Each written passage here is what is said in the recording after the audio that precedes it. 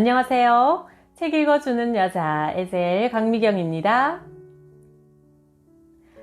전도용사 김순애 권사님이 전도 현장에서 만난 여러 인생 이야기들을 통해 어떻게 죽음과 영생을 준비하며 살아야 할지 한번 생각해 보세요. 가락동 농수산물 시장에서 잔뜩 장을 봐가지고 돌아오는 길이었다. 낑낑거리며 아파트 입구에 들어서는데 멀리서 찬이 엄마가 헐레벌떡 뛰어와서 다급히 입을 열었다. 빨리 경찰병원으로 가보세요. 정씨가.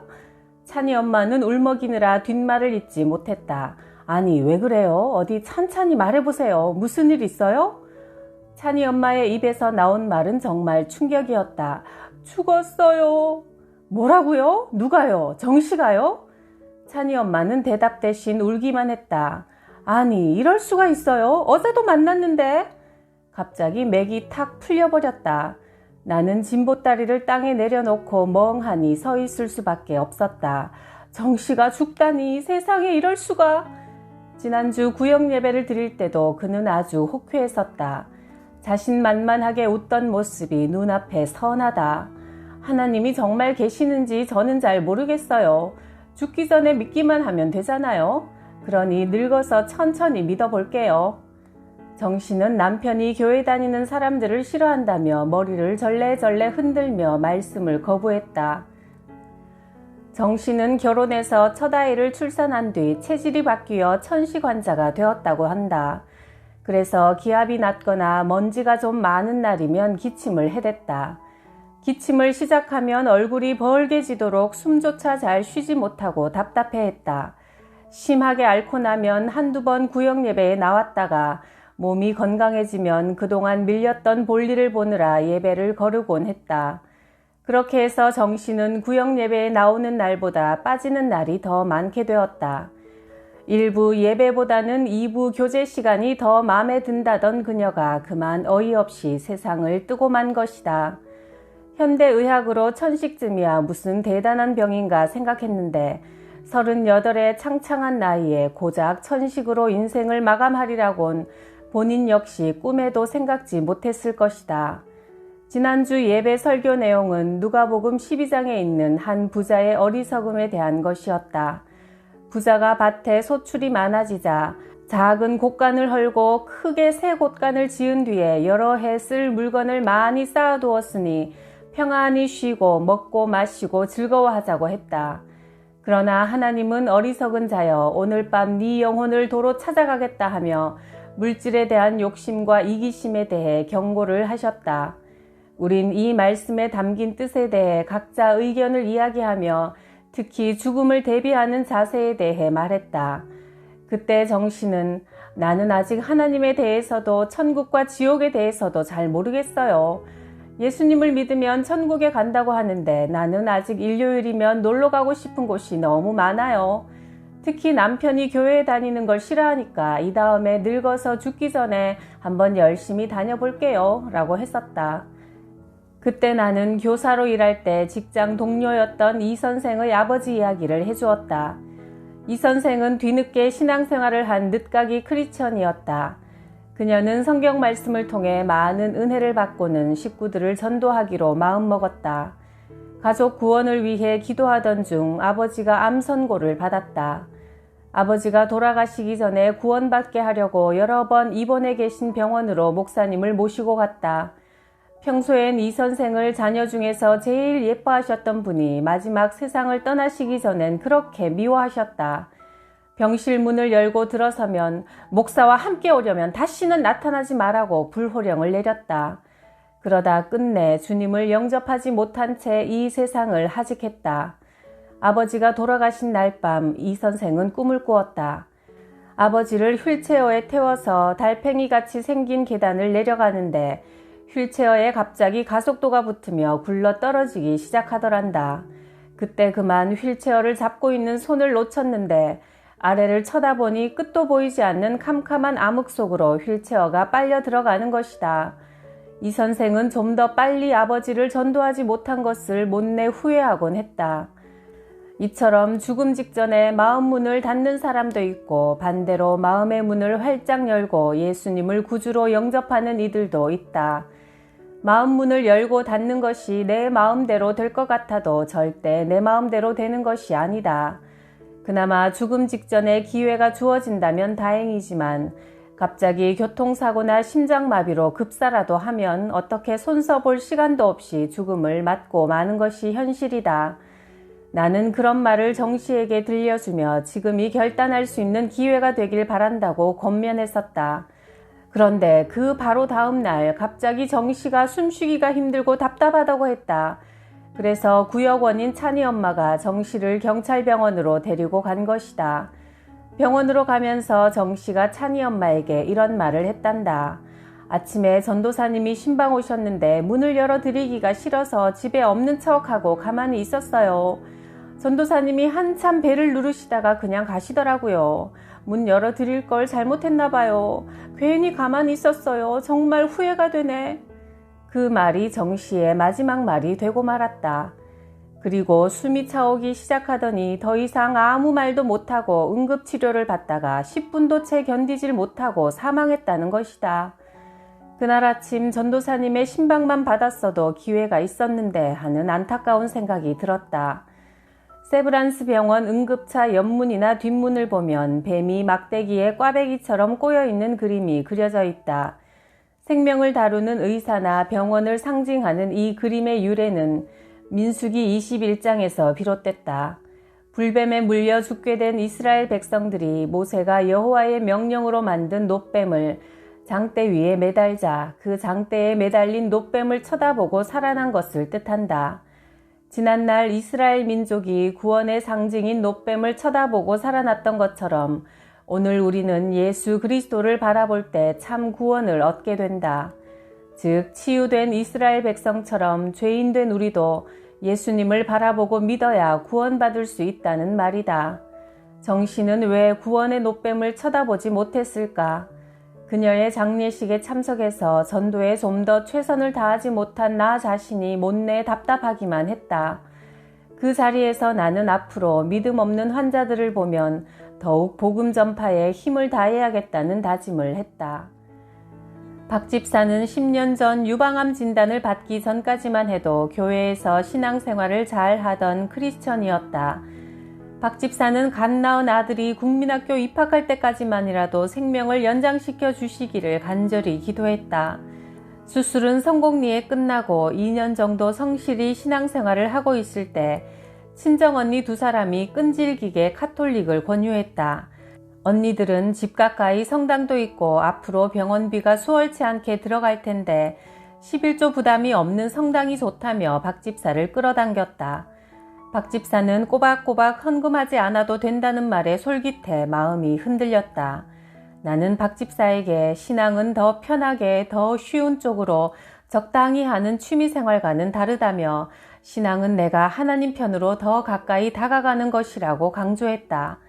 성경 말씀을 읽고 배우는데 게을러지기 시작하면 기도는 점점 연불외듯이 습관적이 되고 그러다가는 결국 주님과 멀어지게 된다고 간곡히 만류했다. 하지만 그녀는 결국 카톨릭으로 가고 말았다. 시간이 흘러 작은 아이가 국민학교에 입학하게 되자 그녀 자신이 기도했던 대로 정확히 7년 만에 유방암이 재발했다. 그즈음 박 집사도 성당을 다니면서 모든 것을 명확히 판단하게 되었다. 만난 신부님들은 말씀보다 예식에 치우쳐 마음속은 날이 가면 갈수록 갈급해지기 시작했다. 친정 언니들이 다시 찾아와 미혹했다. 네가 집터가 나쁜 곳으로 이사를 가서 병이 도진 거야. 그러니 다시 이사하면 나아질 거야. 언니들은 카톨릭을 믿는 건지 미신을 믿는 건지 모를 지경이었다. 나는 박 집사를 만나 이런 말을 해주었다. 집사님이 살고 있는 아파트 터가 나쁘다면 집사님이랑 같은 줄에 살고 있는 20세대가 다 문제가 있어야겠네요. 그런데 그렇지 않잖아요. 그런 헛소리 그만 듣고 나와 함께 다시 교회 나갑시다. 나는 그날 그의 집에 있던 묵주와 마리아상, 촛대, 기도책자들을 모두 치워버렸다. 박 집사는 친정 언니들이 바른 신앙생활을 하도록 기도하기 시작했고 더 이상 편하고 쉬운 곳을 찾아다니지 않고 열심히 신앙생활을 해나갔다. 이렇듯 영적 문제는 복잡 미묘한 것이다. 교활한 사탄은 자신들의 음모를 사람들의 뒤에 숨기고 바른 신앙생활을 교묘하게 방해한다. 박 집사는 3년 동안 믿음을 굳게 다져놓고 천국 소망 가운데 주님의 품에 안겼다. 육체의 고통 없는 천국으로 간 것이다. 그 가정은 박 집사의 삶과 죽음을 보면서 분명히 깨달았다.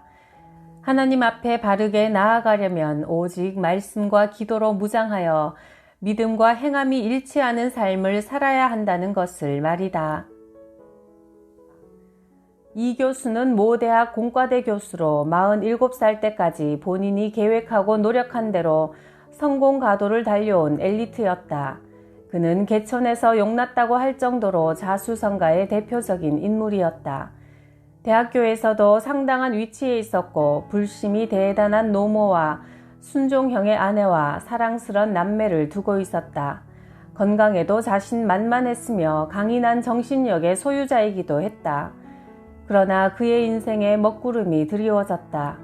뜻하지 않게 간암 진단을 받은 것이다.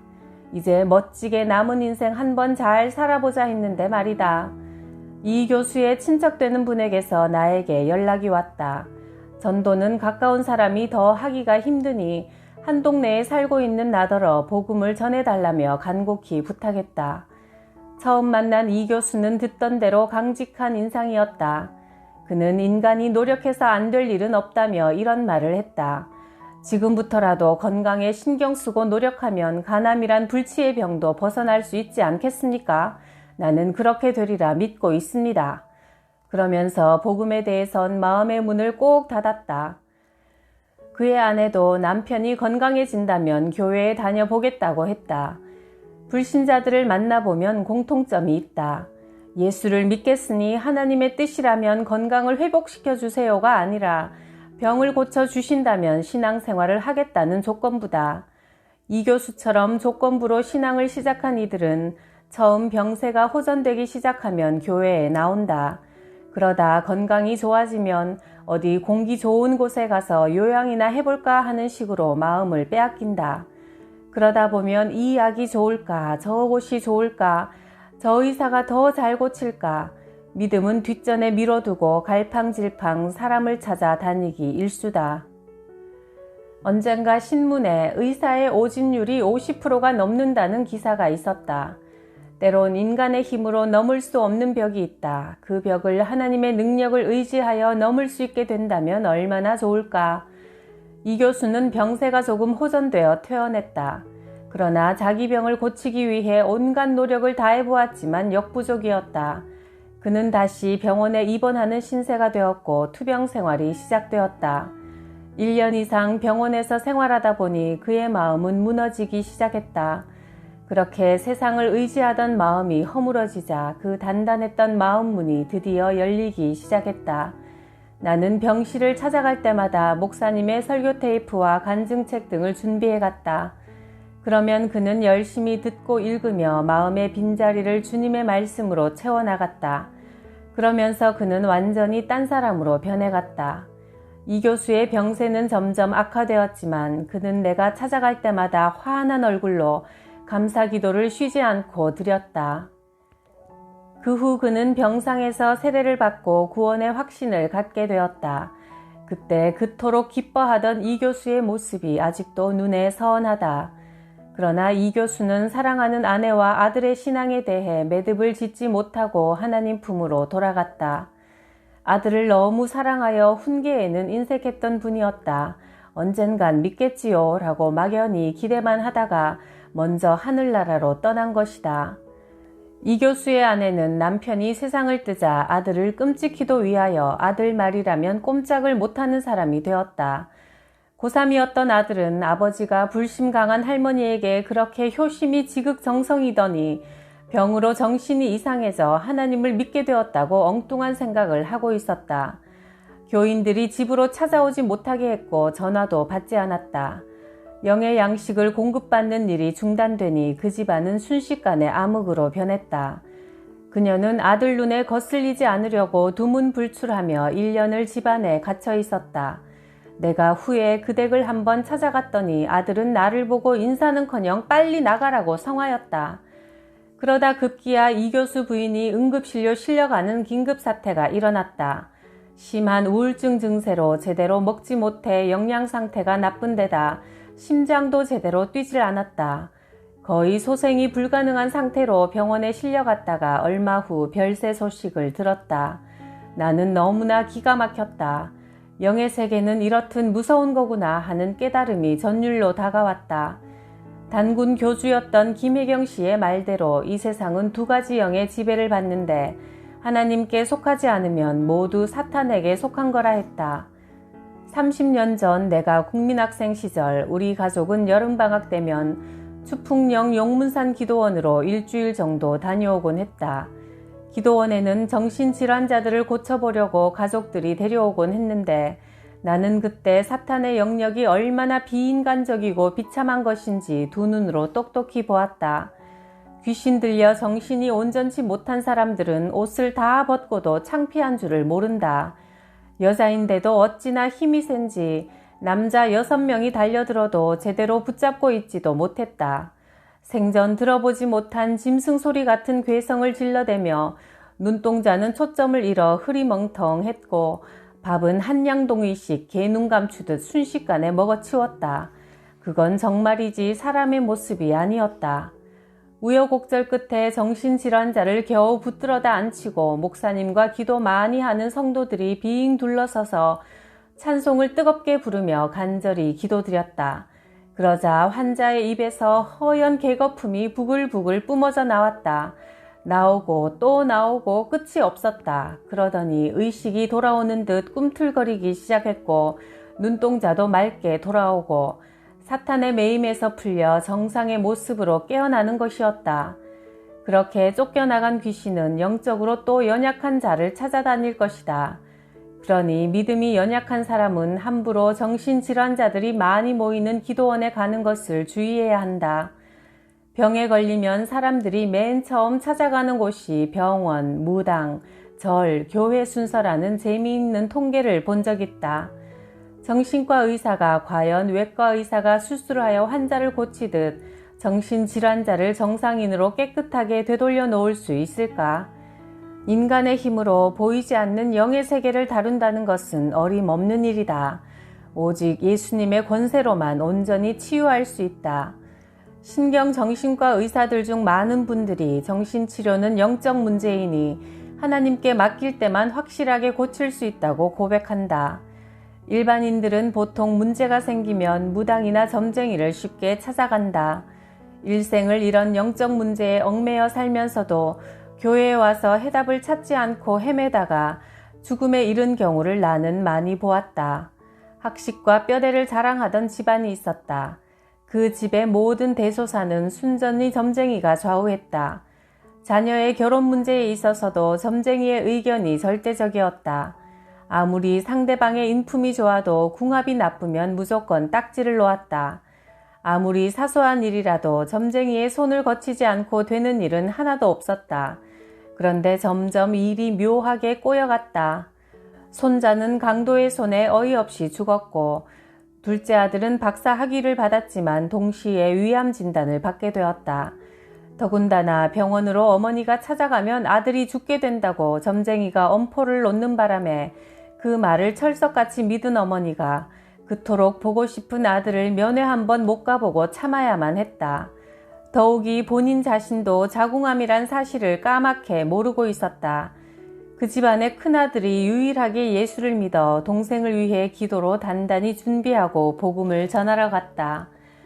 감사하게도 동생은 병중에 열린 마음으로 예수님을 영접하여 구원의 확신을 가지게 되었고 그의 아내와 두 자녀도 열심히 신앙생활을 하고 있다. 그 후 그 어머니는 돌아가셨다. 결국 여생을 점쟁이 덕에 편히 지낸 것이 아니라 점괘의 미혹에 빠져 늘 마음을 졸이고 살다가 영생을 얻지도 못한 채 삶을 마치고 말았다. 어머니의 잘못된 선택이 자신은 물론 자녀들까지도 미신을 쫓는 고달픈 삶을 만들었던 것이다. 죽기 직전 마지막에 예수를 믿고 구원받는다는 것은 아마도 도박 같은 일일 것이다. 이정원 집사의 형부가 그랬다. 여의도 성모병원에서 간경화 진단을 받고 더 이상 치료 불가능한 상태가 되어 장례 준비를 하라고 가족들에게 전할 정도였다. 이 집사가 울면서 간절히 형부를 위해 기도해 달라고 내게 부탁을 해왔다. 우리 교인들은 한 번도 그의 형부를 본 적 없었지만 모두들 열심히 기도했고 목사님도 신방을 가주셨다. 이 집사 형부는 컴퓨터 회사 사장으로 건강에는 자신이 있었던 사람이다. 그는 어려서 주일학교에 잠깐 다닌 경력이 있을 뿐 신앙에 대해서는 아주 비판적이었다. 그런데 병상에서 자기도 모르게 아득히 먼 옛날 주일학교에서 열심히 불렀던 찬송 주와 같이 길 가는 것 즐거운 일 아닌가 한 걸음 한 걸음 주 예수와 함께 날마다 날마다 우리는 걷겠네 가 떠올랐다. 부르고 또 부르고 하지만 그의 병세는 점점 악화되어 혼수 상태에 빠져들었다. 구원에 확신이 없던 의사인 이 집사 남편도 만일 형님이 깨어나면 정말 하나님이 살아계심을 믿겠다고 할 정도로 형부의 상태는 절망적이었다.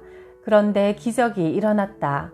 완전히 가사 상태에 빠져있던 그가 갑자기 벌떡 일어나더니 하나님께서 나를 살려주셨다고 소리를 지르며 간증했다.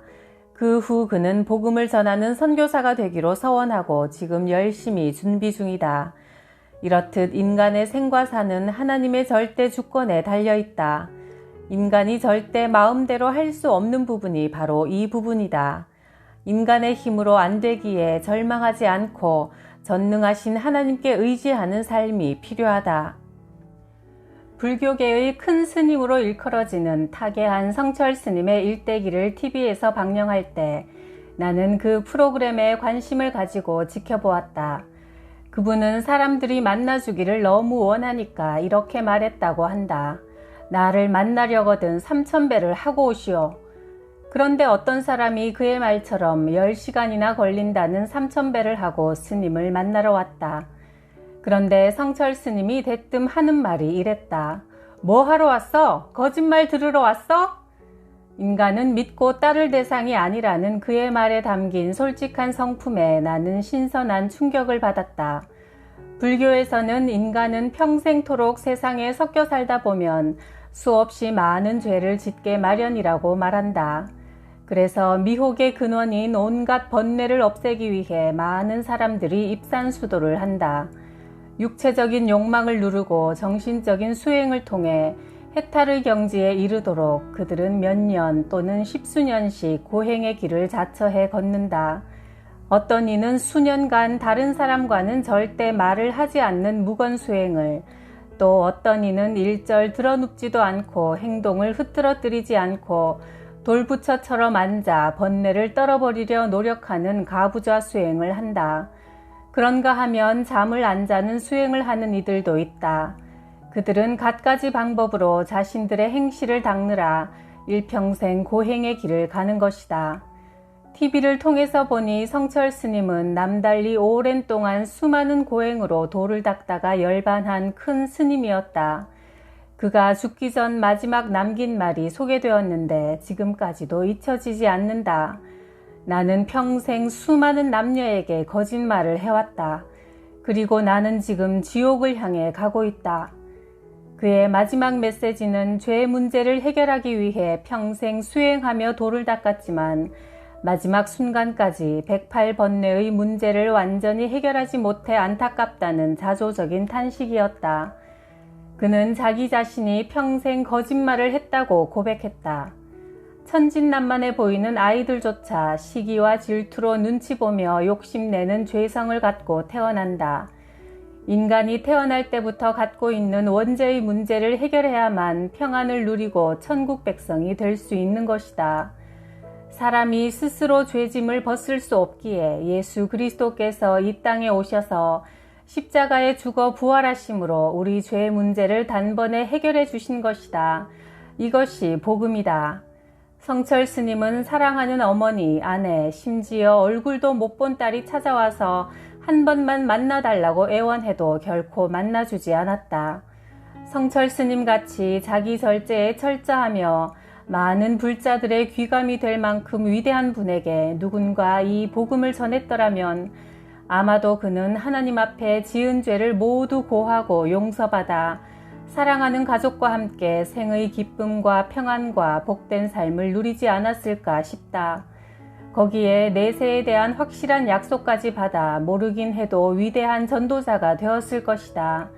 그런 아쉬움이 마음속에서 한동안 지워지지 않았다. 내가 전도한 훈이 엄마는 처음에 이웃 주민으로 만났다. 어려서 주일학교도 다녔고 고등학교, 대학교를 다 기독교 학교를 다녔으며 미국에서 살다 왔다고 해서 처음엔 전도가 쉽겠구나 생각했다. 그러나 반응은 의외였다. 쉽지가 않았다. 불심이 대단한 시부모님을 따라 절에 함께 다녔고 남편도 한 집안에 두 종교는 절대 안 된다고 한단다. 그래서 미국에서 살 때도 교회 근처엔 얼씬도 안 했다는 것이다. 결혼은 인생에 있어 중요한 전환점이다. 러시아 속담에 전쟁에 나가려면 한 번 기도하고 먼 바다를 항해하려면 2번 기도하고 결혼을 하려거든 3번 기도하라는 말이 정말 맞는 말이다. 흔히들 안 믿는 사람과 결혼해서 배우자를 전도하면 얼마나 좋은 일이냐고 반문하지만 현실은 그렇듯 호락호락하지 않다. 주위에서 보면 10상 중 9상은 상대방을 전도하긴커녕 자기 신앙을 깎아먹기 일쑤다. 결혼 전에는 교회에 함께 다니고 세례까지 받고 결혼을 했어도 막상 결혼을 하고 나면 신앙생활이 순탄하기가 쉽지 않다. 시간이 지날수록 그렇게 중대한 문제를 쉽게 생각하고 결혼한 것을 후회하는 경우를 너무나 많이 보았다. 그래서 나는 교인들에게 자녀들이 믿음 좋은 배우자를 만나도록 어려서부터 꼭 기도하라고 강조한다. 어쨌든 나는 훈이 엄마를 만날 때마다 설교책도 주고 말씀 테이프도 빌려주곤 했다.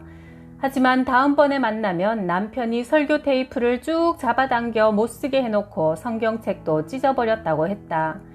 그즈음 나는 이사를 가게 되어 훈이 엄마를 위해 기도하며 2년을 지나게 되었다.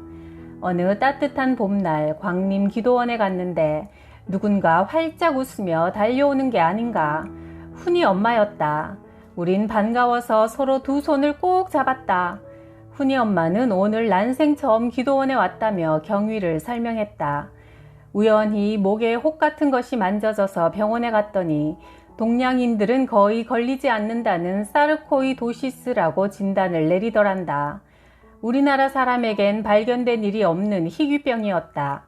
임파선을 따라 생기는 일종의 종양으로 온 몸을 단층 촬영을 해보니 목 부분에 밤송이 크기로 3개나 있고 폐 부분에도 많은 종양이 포도송이처럼 주렁주렁 달려있는 것이 확인됐단다. 그런데 수술도 불가능한 부분이라는 진단을 받았다고 했다. 훈이 엄마가 마음의 갈피를 잡지 못하고 있을 때 마침 광림교회를 다니던 학교 후배의 소개로 전도사님의 신방을 받았고 성도들과 함께 기도원을 찾아왔다는 것이다. 기도회가 끝나고 안수기도를 받기 위해 목사님 앞에 섰을 때 무슨 병 때문에 기도받기 원하십니까? 묻자 훈이 엄마의 대답은 뜻밖이었다. 목사님, 제가 병에 걸린 것은 하나님께서 나를 너무 사랑하셔서 구원하시려고 자녀 삼으시기 위해 부르신 거예요. 하며 눈물을 흘렸다. 그 후 놀라운 일이 일어났다. 다시 병원에서 단층 촬영을 했는데 그 많던 종양이 깜쪽같이 없어졌다는 검사 결과가 나온 것이다. 그 일을 계기로 훈이 엄마는 지금 성가대에서 맹활약 중이다. 그녀가 찬양하는 모습을 보노라면 너무나 아름답고 평화와 기쁨이 넘쳐 흘러 모두 큰 은혜를 받는다. 그녀는 이제 주위 사람들에게 각자 득도하여 자기를 구원하라는 불교와는 차원이 다른 십자가 죽음으로 인간의 죄 문제를 단번에 해결하시고 천국 영생을 주신 예수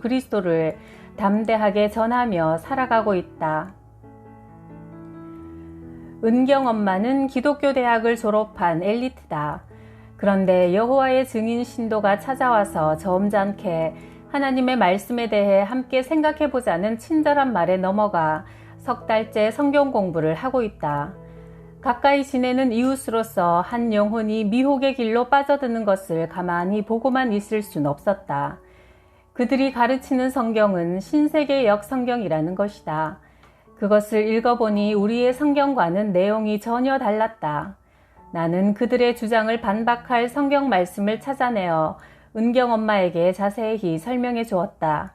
첫째, 병력 기피 문제다.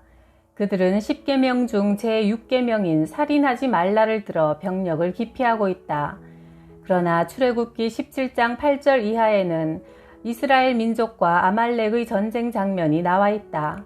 모세가 손을 들면 하나님의 도우심으로 이스라엘이 이기는 내용이다. 또한 사사기 전체의 내용은 이스라엘을 압제하는 이방 민족과의 싸움에서 하나님이 함께 하시는 수많은 사사들이 승리하는 이야기다. 사무엘하 5장 17절 이하에는 블레셋과의 싸움에서 다윗이 직접 여호와께 물어 여호와의 지시대로 전쟁에 승리하는 내용이 구체적으로 나와 있다. 이와 같이 성경을 보면 하나님의 공의를 실현하기 위해 이스라엘 민족과 이방인들이 끊임없이 전쟁을 한 사실이 수없이 기록되어 있다. 물론 무고한 살인은 절대 용납되지 않으나 특히 우리나라와 같이 하나님을 거부하는 북한과 대치하고 있는 상황에서 병력을 기피하는 것은 비성경적이고 이기적인 해석이라고 밖에 볼 수가 없다. 둘째, 수혈 거부 문제다. 여호와의 증인들은 레위기 17장 14절에 피를 먹지 말라는 성경 말씀을 들어 수혈을 거부하고 있다. 그러나 말씀을 자세히 읽어보면 인간의 피가 아니라 짐승의 피를 먹지 말라는 것이지 의학상의 수혈을 하지 말라는 뜻은 전혀 아니다. 적용이 잘못되어도 한참 잘못된 것이다. 여호와의 증인은 이렇게 성경의 전체적인 의미보다는 문자주의적인 해석의 오류에 빠져 엉뚱한 주장을 하고 있다. 살인을 하지 않으려고 병력 기피도 불사하면서 죽어가는 사랑하는 가족을 위해서는 수혈조차 거부하니 앞뒤가 안 맞는 주장이 아닌가. 나는 이렇게 비성경적인 부분들을 은경 엄마에게 성경 구절을 전부 찾아서 직접 읽게 하고 비교시켰다. 그랬더니 은경 엄마도 자신이 잘못 알고 있던 부분을 시인하고 3개월 후 우리와 함께 교회에 다니며 신앙생활을 하게 되었다. 전도 현장에서 가장 많이 부딪히는 또 다른 문제는 천주교다. 성도들 가운데 천주교에 막연한 동경을 품고 있는 이들이 적지 않다. 그들의 이유를 들어보면 천주교는 술, 담배에 관대하고 제사를 지내도 된다고 하니 좀 더 편안하게 신앙생활을 할 수 있을 것 같다는 것이다. 그런가 하면 멋진 세례명을 얻을 수 있어 천주교가 마음에 든다는 이들도 있었다. 천주교인 중에는 다 같은 하나님을 믿는 건데 무슨 상관이냐? 어쨌든 우리는 큰 집이고 개신교는 작은 집 아니냐? 하며 열을 올리는 사람들도 만나보았다. 물론 카톨릭 교인 중에서 예수 그리스도 안에서 참된 구원의 확신을 갖고 성령 충만함으로 성경 말씀 중심의 신앙생활을 하는 이들을 만나기도 했다. 그러나 전도를 하다 보면 카톨릭 교인 중에 말씀이라는 기초공사가 제대로 되어 있지 않아 오해하고 있는 경우가 많았다. 가끔 카톨릭 교회의 집에 가보면 가정을 위한 기도문이 걸려 있는데 그 기도문의 내용은 성 마리아여, 성 요셉이여 우리의 기도를 들어주소서라고 되어 있다. 그러니까 성 마리아와 성 요셉이 기도의 중보자로 되어 있는 것이다. 하지만 성경은 하나님과 우리 사이의 중보자는 오직 예수님 뿐이며 예수님의 이름으로 기도하는 것이 중요하다고 강조한다. 너희가 내 이름으로 무엇을 구하든지 내가 시행하리니 이는 아버지께서 아들로 인해 영광을 얻으시게 하려 함이라. 요한복음 14장 13절. 또 어떤 분은 열심히 성당에 다녔는데 고해성사 때문에 냉담 중, 즉 시험에 들었다고도 했다. 신부 앞에서 지은 죄를 고백하면 죄의 많고 적음에 따라 주기도를 몇 번 하라든가 또는 평일 미사 참례를 몇 번, 봉사 등을 정해준단다. 그런데 죄를 속한다는 보속 행위를 하고 나서도 여전히 마음속에 하나님으로부터 죄를 용서받았다는 확신과 기쁨이 안 생긴다는 것이다. 더구나 어느 누구에게도 털어놓을 수 없는 죄의 경우엔 고백 성사 자체가 더 큰 짐이 된다고 했다. 내가 그에게 말했다. 기독교에서는 목사님 앞에서 자기 죄를 고백하는 것이 아니라 모든 교인이 직접 자기 죄를 하나님 앞에 고하고 회개하면 마음에 참 평안을 가지게 됩니다. 구약시대 백성들은 죄로 인해 하나님 앞에 나갈 수 없었다. 오직 제사장만이 1년에 한 번 하나님 앞에 나아가 백성의 죄와 허물을 용서받기 위해 동물의 피로 속죄 제사를 드렸다. 그러나 신약 시대에는 예수 그리스도께서 친히 이 땅에 대제사장으로 오셔서 자기 피로 영원한 속죄를 이루기 위해 십자가에 달리셔서 단번에 제사를 드려 우리의 죄를 담당하셨다. 히브리서 9장 11절. 그러기에 이제 우리는 예수의 피로 깨끗하게 되어 직접 성소에 들어가 하나님 앞에 자기가 지은 모든 죄를 직접 고하면 하나님께서 우리 죄와 불법을 다시는 기억하지 않는다고 하셨다. 히브리서 10장 17절.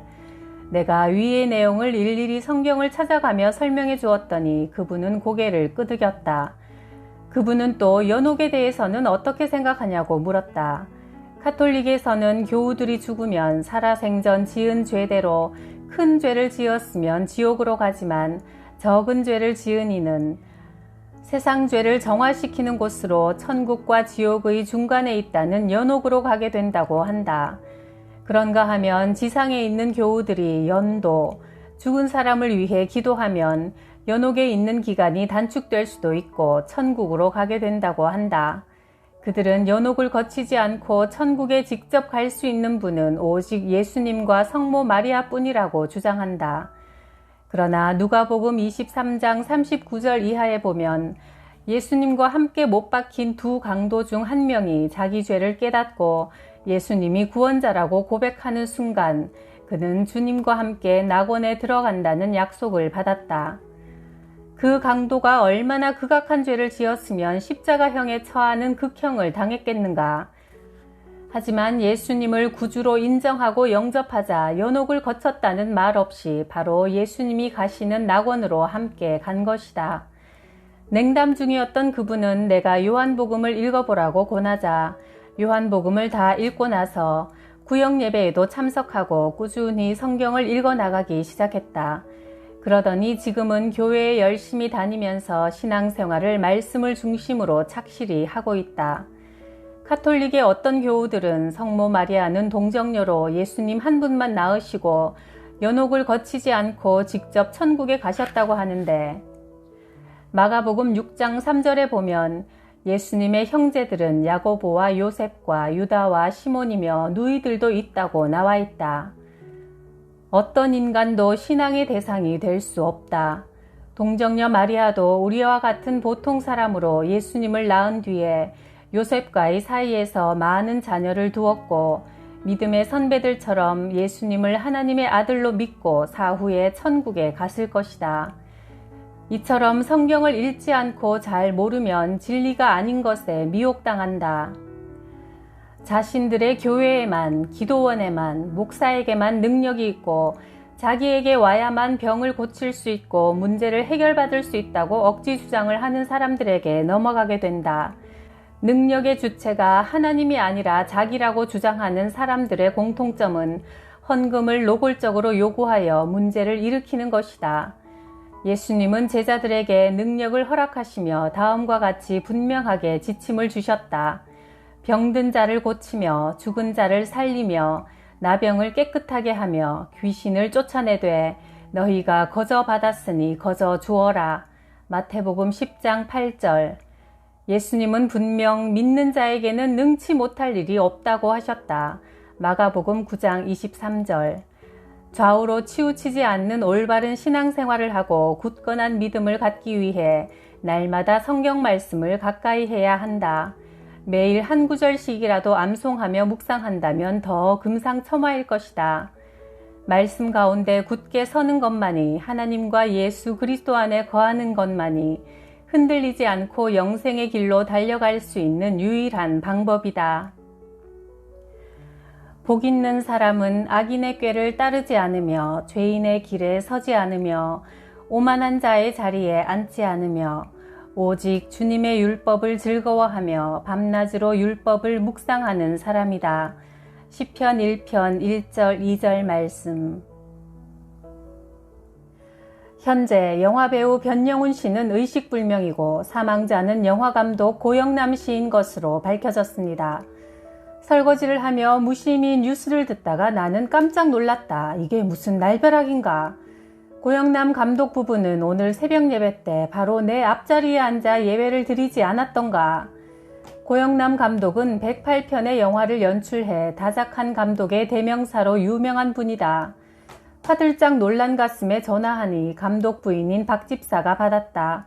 그녀는 착 가라앉은 목소리로 말했다. 놀랬지? 돌아가신 분은 촬영 감독이야. 우린 별탈 없지만 여러 사람들이 변을 당해서 아직 변영훈 씨가 의식불명 상태니 빨리 깨어날 수 있도록 기도해줘. 고영남 감독 댁과는 11년 전 안암동 삼익 아파트에서 아래 위층에 같이 살았다.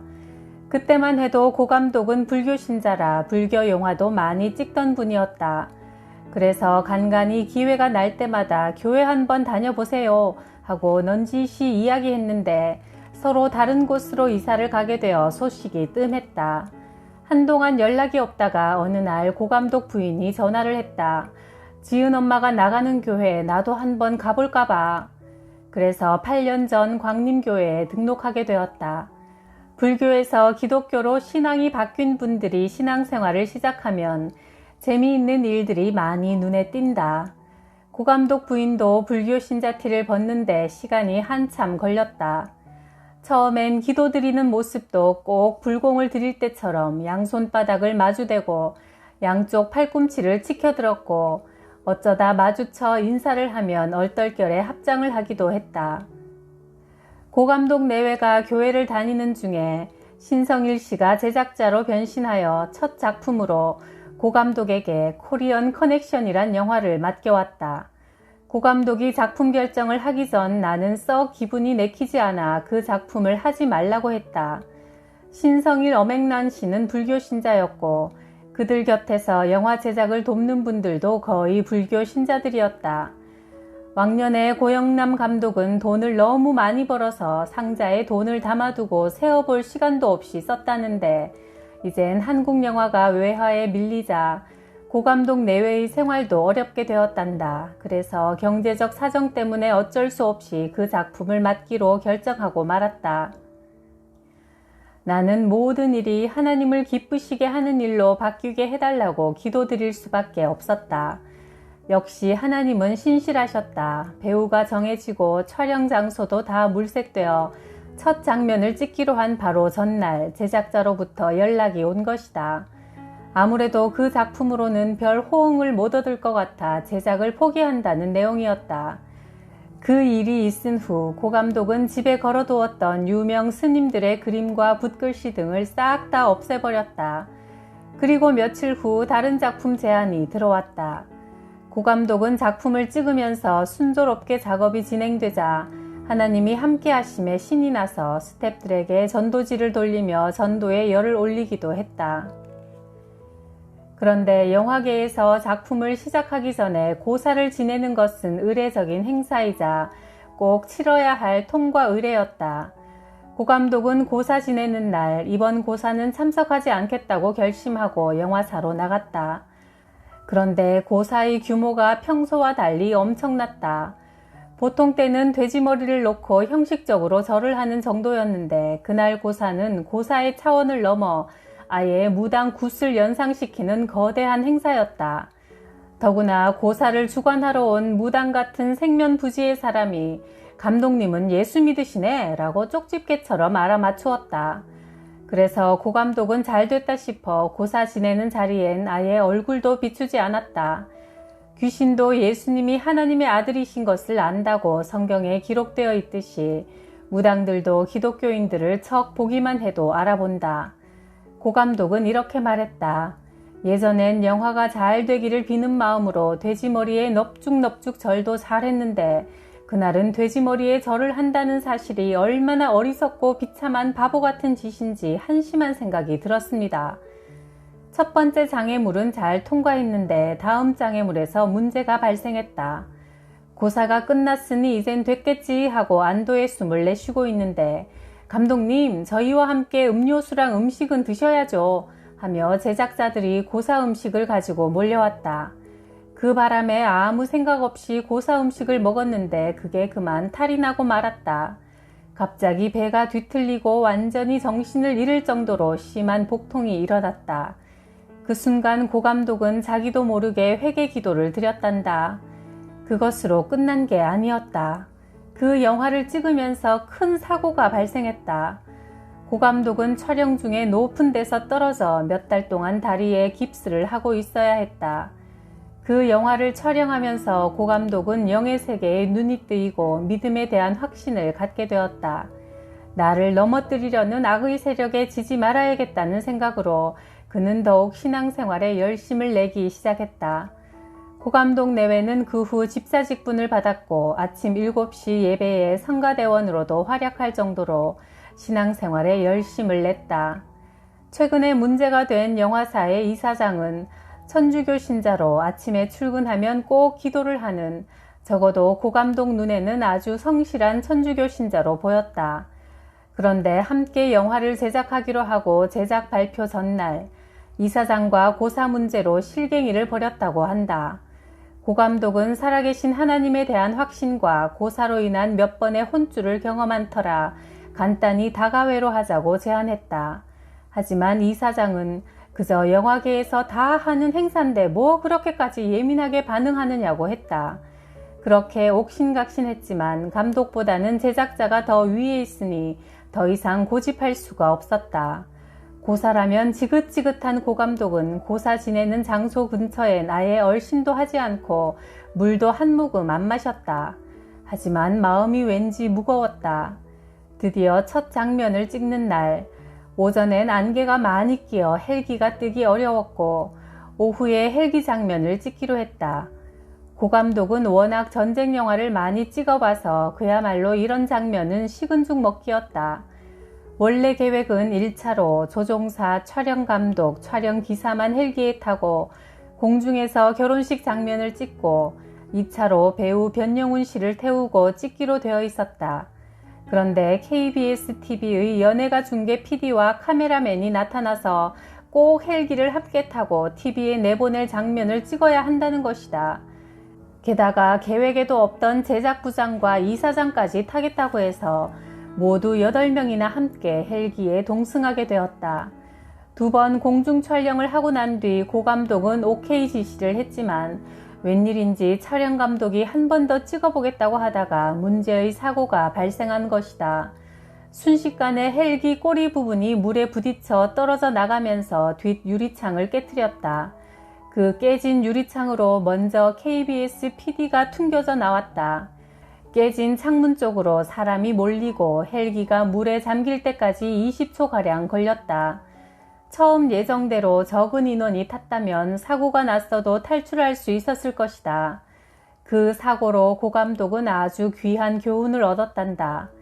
주어진 일에 욕심내지 말고 절대로 과잉 행동하지 말고 모든 일을 성실히 신중하게 해나가야 한다는 것을 깨달았다.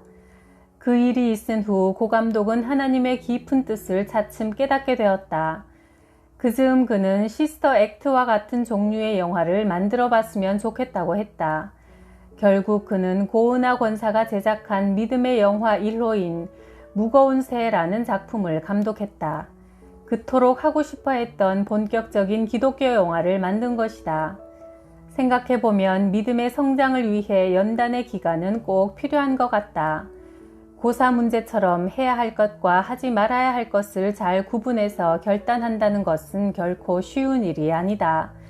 고사 말고도 흔히 겪는 문제가 부적이다.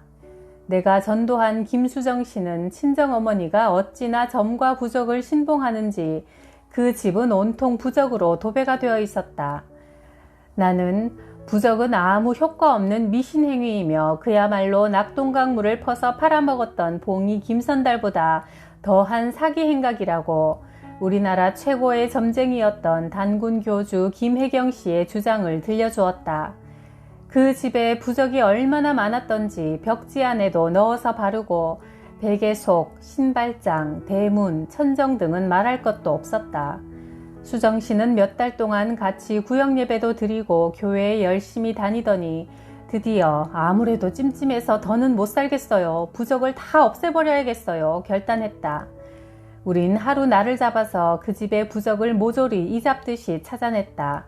마치 국민학교 시절 소풍 가서 돌 미치고 나뭇가지 사이며 낙엽 더미 아래 숨겨진 보물찾기 쪽지를 찾던 기분으로 거의 20장이나 찾아냈다. 그녀는 막상 찾아내니까 버리는 것이 무섭다고 했다. 나는 걱정 말라며 그 부적들을 집으로 들고 와서 박박 찢어서 쓰레기통에 쑤셔 넣었다. 알터니가 빠진 것 같이 속이 다 시원하다던 수정씨가 저녁 무렵 근심 어린 목소리로 전화를 걸어왔다. 내용인즉 결혼할 때 점쟁이가 친정어머니에게 부적 2장을 주었단다. 당신 딸이 아무 탈 없이 행복하게 사는 걸 보려거든 부적 2장을 신혼여행 간 사이에 빈집에 가서 몰래 넣어두고 절대 넣어둔 곳을 말해주지 말라고 했다는 것이다. 그 한 장은 베개속이 분명한데 다른 한 장은 어디에 두었는지 도무지 모르겠단다. 상술도 그만하면 프로급이다. 그렇게 점쟁이들이 남의 앞니를 잘 맞춘다면 자기들 앞가림은 왜 그렇게 못하는지 참 희한하다. 주위를 돌아보면 제대로 사는 점쟁이가 드물고 자식이나 집안이 잘 되는 무당을 별로 못 보았다.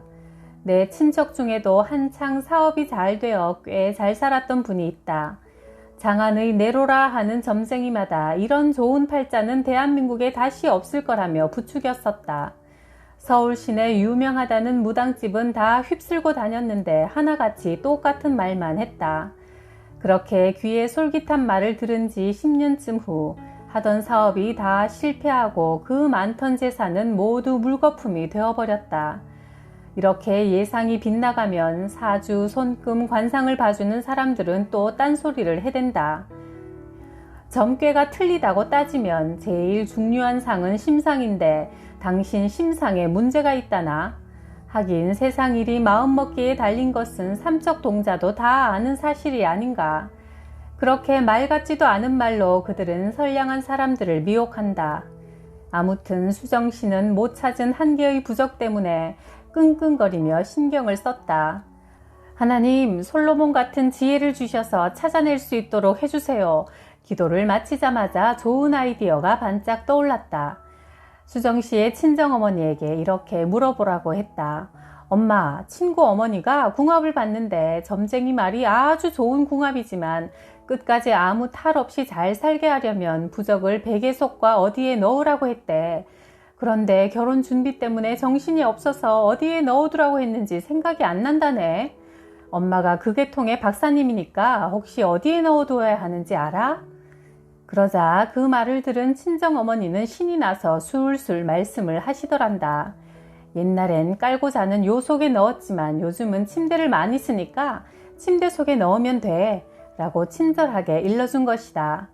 결국 우리는 침대 맨 아랫부분 틈 사이에 넣어둔 부적을 찾아낼 수 있었다.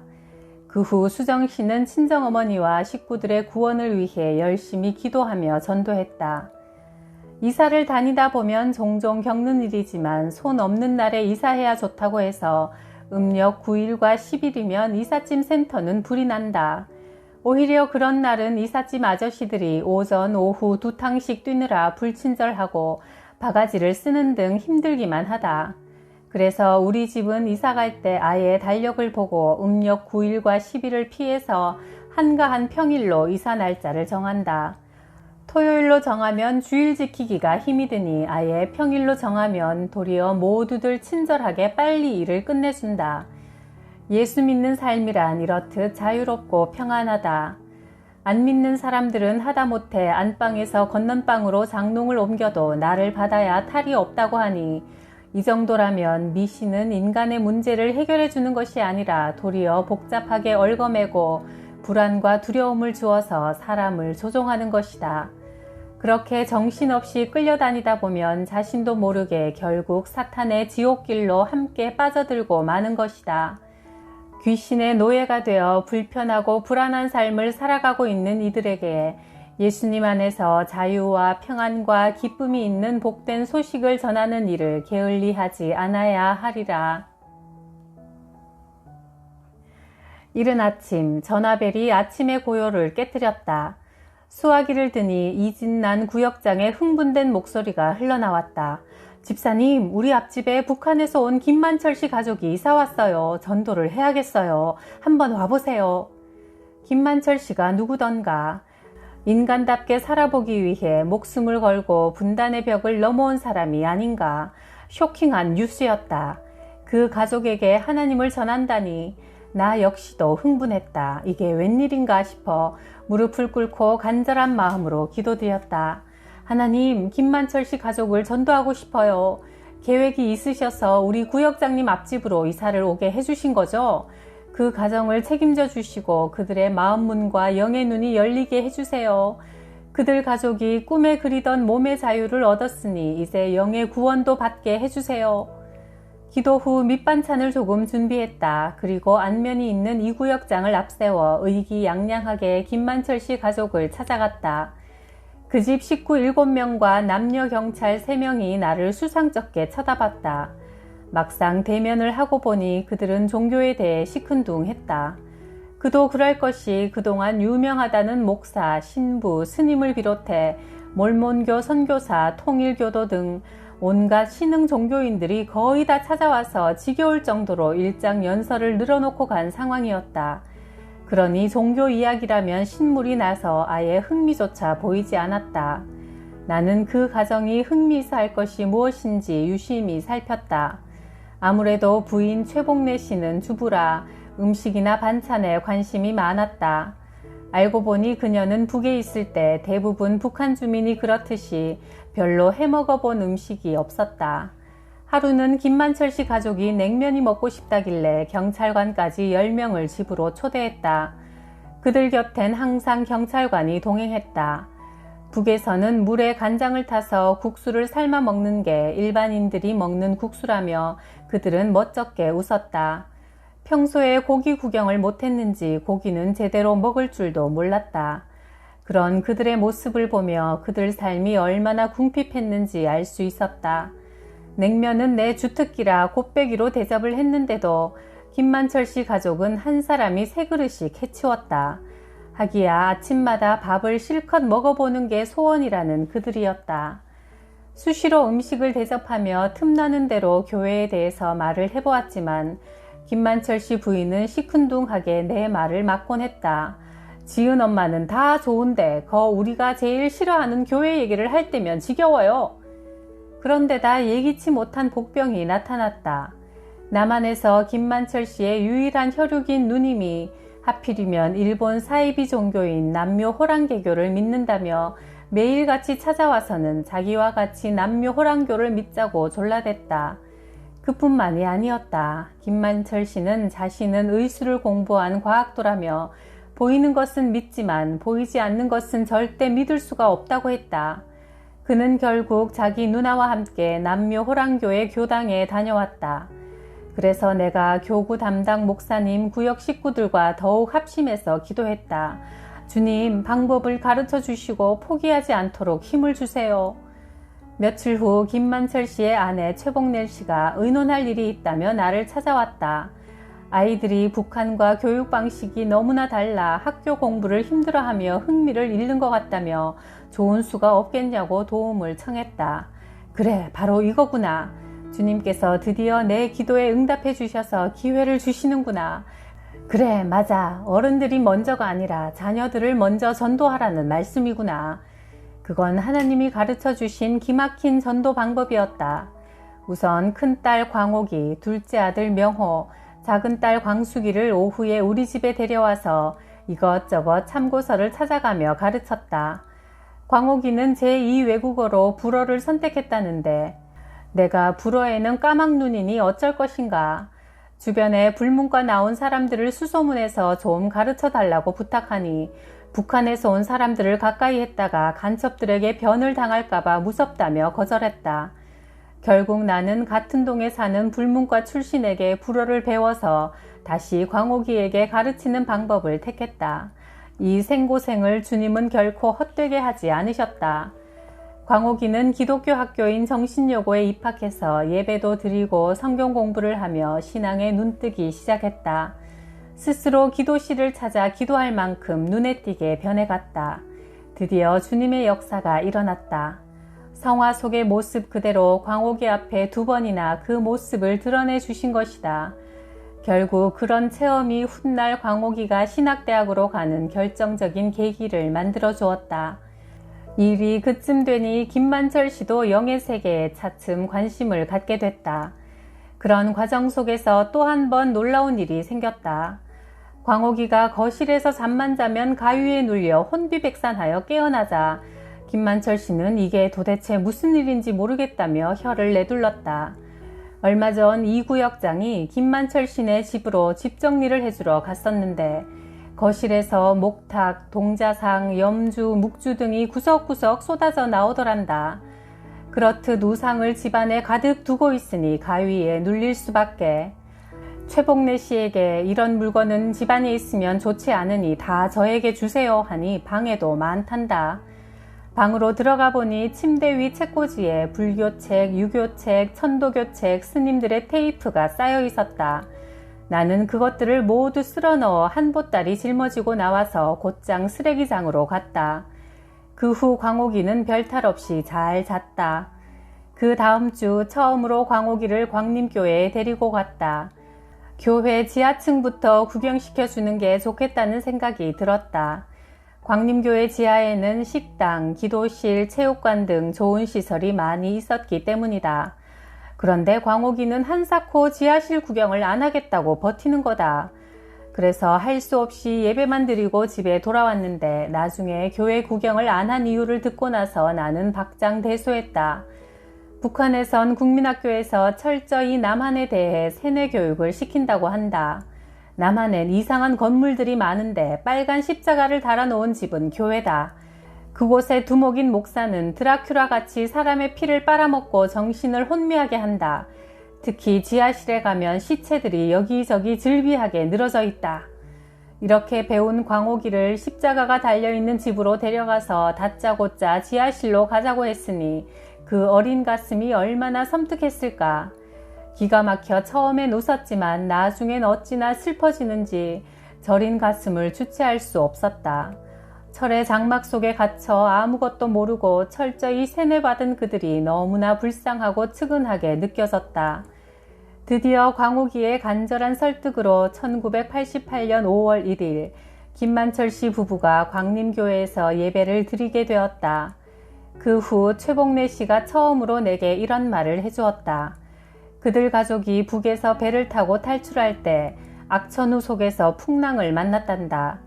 옆에 배들이 자초되고 가족들이 탄 배가 고장나서 방향 감각을 잃고 떠다니게 되자 자기도 모르게 하나님 살려주세요 라고 하나님을 찾게 되더라는 것이다. 북한에선 하나님이란 단어가 넘어지거나 황망한 일을 당했을 때 아이고 하나님 맙소사 하는 식으로만 사용될 뿐 거의 쓰지 않는 말이라는데도 죽음 직전에 몰리니까 절로 나오더란다. 꼭 죽을 것만 같아서 하나님 살려주세요를 죽기 살기로 외쳤고 그 위기를 벗어나자 다시 하나님은 깨끗하게 잊었지만 생각해보니 하나님께서 그때 그 부르짖음을 들으시고 우리 가족을 살려주셨음을 고백하지 않을 수가 없다고 했다. 그 후 역시 탈북인인 김신조 집사가 북에서 온 분들의 기독 모임이 따로 있다며 김만철 씨 가족에게 이왕이면 함께 신앙생활 하자고 권했다. 김만철 씨 가족의 경우는 특수한 형편이라 내가 전도했다고 굳이 우리 교회에 나와야 한다고 강요할 필요는 없다는 생각이 들었다. 그래서 김만철 씨가 편한 대로 결정하라고 했다. 다만 나는 복음의 씨를 뿌렸으니 오직 주님께서 자라게 해주실 줄로 믿고 그 가정을 위해 계속 기도할 뿐이다. 너는 말씀을 전파하라. 때를 얻든지 못 얻든지 항상 힘쓰라. 디모데후서 4장 2절 말씀. 이렇게 온 힘을 다해 복음을 전하는 전도자의 상이 얼마나 클지 가늠이 안 되네요. 그 큰 복 우리도 놓치지 맙시다. 구독, 좋아요, 댓글에 큰 사랑에 감사드려요.